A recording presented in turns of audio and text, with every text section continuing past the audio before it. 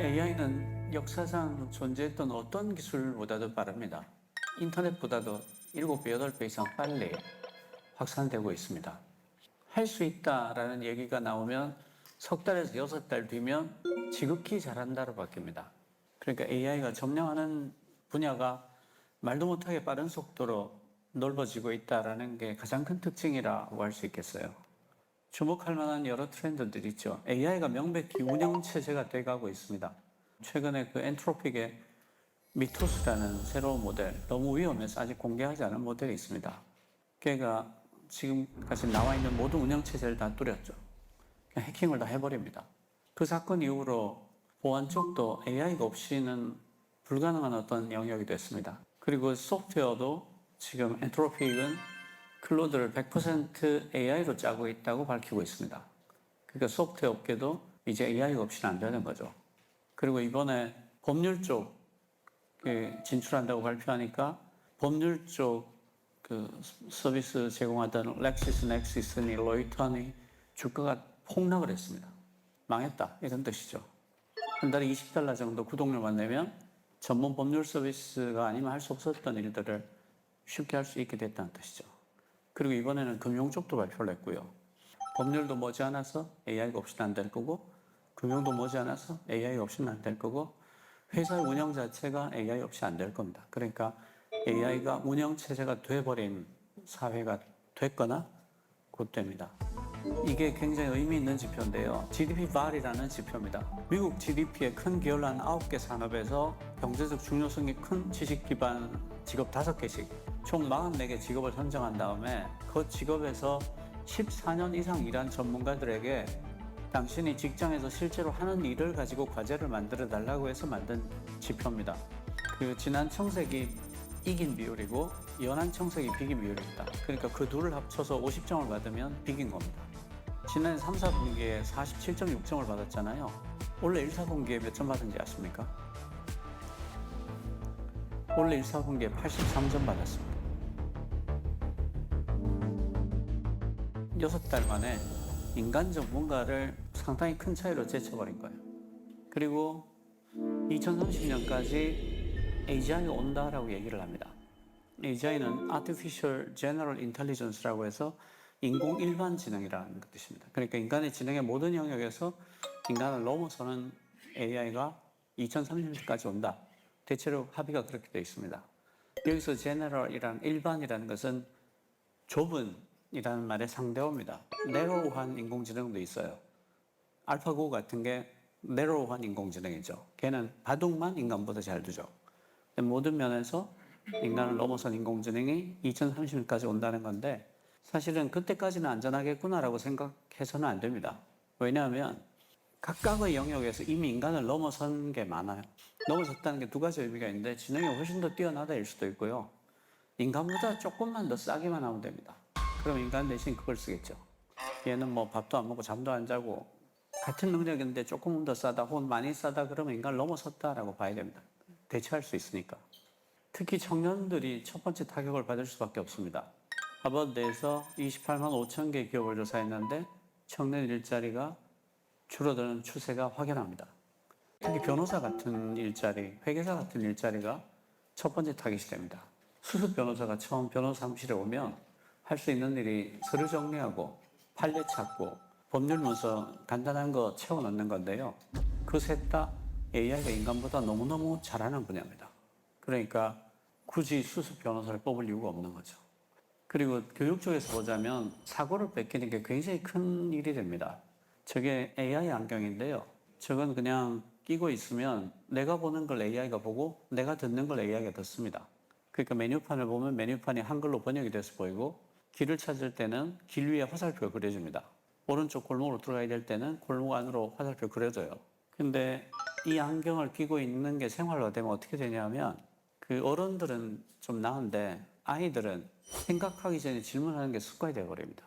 그러니까 생각하는 습관이 사라지는 거죠. 한참 뇌가 자라야 될 시기, 뇌를 새로운 개념들로 채워야 될 시기에 있는 아이들이 치명적인 타격을 입게 됩니다. 그러니까 AI는 굉장히 편리한 줄 알았더니 인간의 삶을 훨씬 더 어렵고 힘들고 비참하게 만들었다. 이렇게 될 수 있습니다. 아이들은 사고를 뺏기고 능력의 격차는 확대되고 부는 슈퍼엘리트들에게 집중되고 그런 일들이 날 수 있는 거죠. 그러니까 우리가 지금 그대로 가만히 있다면 그냥 흘러가는 대로 내버려 둔다면 그쪽으로 갈 가능성이 훨씬 큽니다. 그러면 이런 질문을 하지 않을 수가 없겠죠. AI가 사람보다 모든 걸 더 훨씬 더 잘하게 되고 그럼 아이들은 뭘 해야 되나요? 저는 늘 하는 얘기입니다만 무엇보다도 질문의 시간이 왔다고 생각을 합니다. 그러니까 AI가 세상의 모든 데이터를 다 읽고 그것에 대해서 답을 할 수가 있죠. 그러니까 답은 그 안에 들어있다는 얘기입니다. 사람의 역할은 그것을 이용해서 답을 끄집어내는 데 있는 거죠.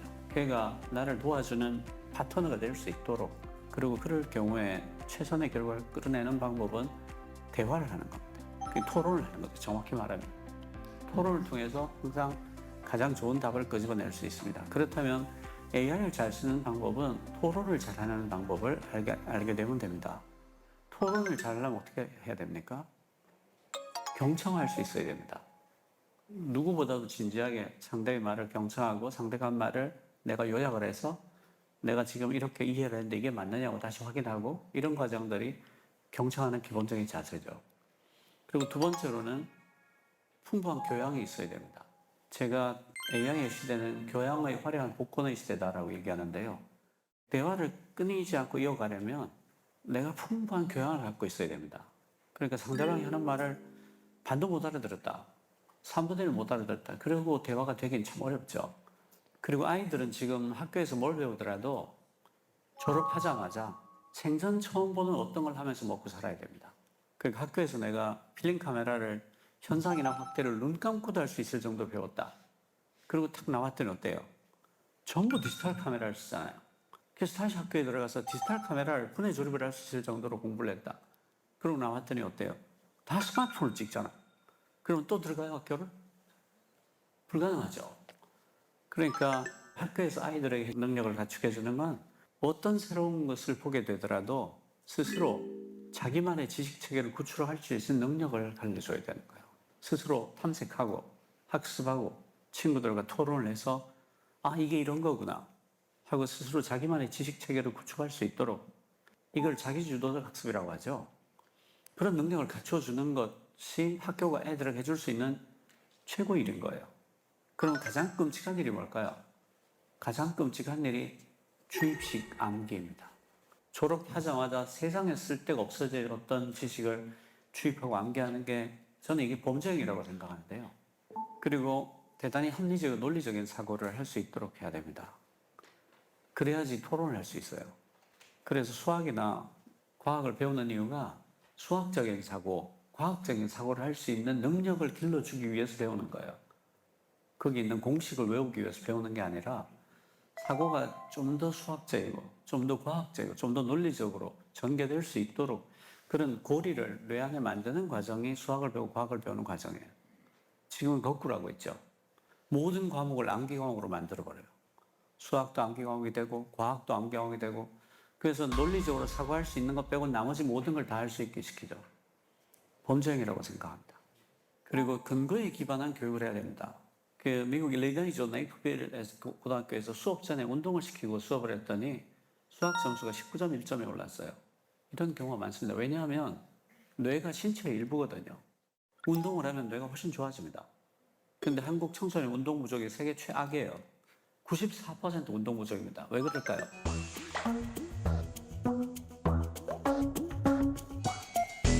공부는 엉덩이로 하는 거야, 이런 소리를 하기 때문입니다. 사당오락 이런 소리를 하기 때문입니다. 잠을 잘 때 인간의 기억이 정리가 됩니다. 운동하지 않으면 뇌가 나빠지고 잠을 자지 않으면 기억을 못합니다. 우린 딱 거꾸로 하고 있죠. 공부는 엉덩이로 하는 거야. 사당오락, 4시간 잠 붙고 5시간 잠 떨어진다. 다 거짓말입니다. 아무 근거가 없어요. 근시를 막으려면 하루에 2시간을 밖에서 뛰어놀게 해야 됩니다. 과학적 근거가 있어요. 대만에서 초등학생들 하루에 2시간씩 야외 프로그램을 실시해가지고 근시유병률을 실제로 대폭 떨어뜨렸습니다. 지금 우리나라가 고등학생 되면 거의 전부 안경 끼고 있는 이유가 이것 때문입니다. 과학적 근거가 있는데 반대를 하고 있는 거예요. 그리고 선행학습이 뇌를 망칩니다. 선행학습이 뇌를 망친다는 과학적인 논문들이 수도 없이 나와 있어요. 뇌에 독성 스트레스를 유발하는 효과를 가질 뿐이에요. 선행학습이란 게. 그러니까 지금 한국의 교육은 기본적으로 미신에 기반하고 있어요. 과학적으로 확인된 논문들이, 사실들이 이렇게 많은데 다 미신에 기반해서 아이들을 망치고 있는 거예요. 선행학습을 해서 뇌에다가 악성 스트레스, 독성 스트레스를 막 주입하고 공부는 엉덩이로 하는 거야 그러면서 운동 부족에 시달리게 해서 뇌가 정상적으로 성장할 기회를 막아버리고 하루에 2시간씩 못 뛰어놀게 해가지고 눈을 전부 근시를 만들어버리고 주입식 암교육을 해서 세상에 나가면 문을 여는 순간 쓸모없어지는 지식을 마구 뇌에 때려박고 그 대신에 수학적인 사고, 과학적인 사고를 할 기회를 뺏어버리고 그러니까 그 AI가 10년, 15년 사이에 세상을 다 바꿔놓을 거라고 생각하면 시간이 정말 없거든요. 근데 우리는 기회가 좀 있어요. AI 인프라를 한국이 다 제공하고 있어요. 일단 변전기, 변압기, 고압 직류 전송기, 반도체 그런 거 우리가 다 제공하잖아요. 그래서 어떻게 됐냐면 일본의 상장사, 소니, 도요타 다 합쳐서 1등부터 100등까지가 내는 영업이익을 다 합한 것보다 삼성전자 하나, 하이닉스 하나가 내는 게 더 많아요. 앞으로 몇 년간 계속 그럴 겁니다. 무슨 뜻인가 하면 일본 상장사 1등부터 100등까지를 모아놓은 것이 내는 법인세의 2배가량 이상이 계속 들어온다는 얘기예요. 그러니까 우리가 AI를 가지고 더 안전하고 훌륭한 사회를 만드는 데 쓸 공간과 시간이 마련됐다는 뜻이에요. 그러니까 우리 어른들이 청년들의 일자리 대책을 위해서 사회적 안전판을 마련하고 청년들의 미래를 위해서 대비할 시간과 자금이 있을 수 있게 됐다는 뜻이에요. 그걸 해주는 게 어른들이 할 일이죠.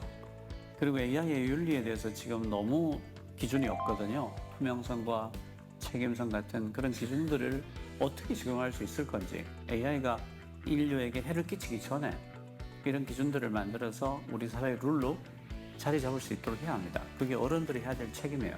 그래야 아이들이 좀 더 안전한 공간에서 인생을 살 수가 있게 됩니다. 예, 부족한 말씀을 들어주셔서 고맙습니다.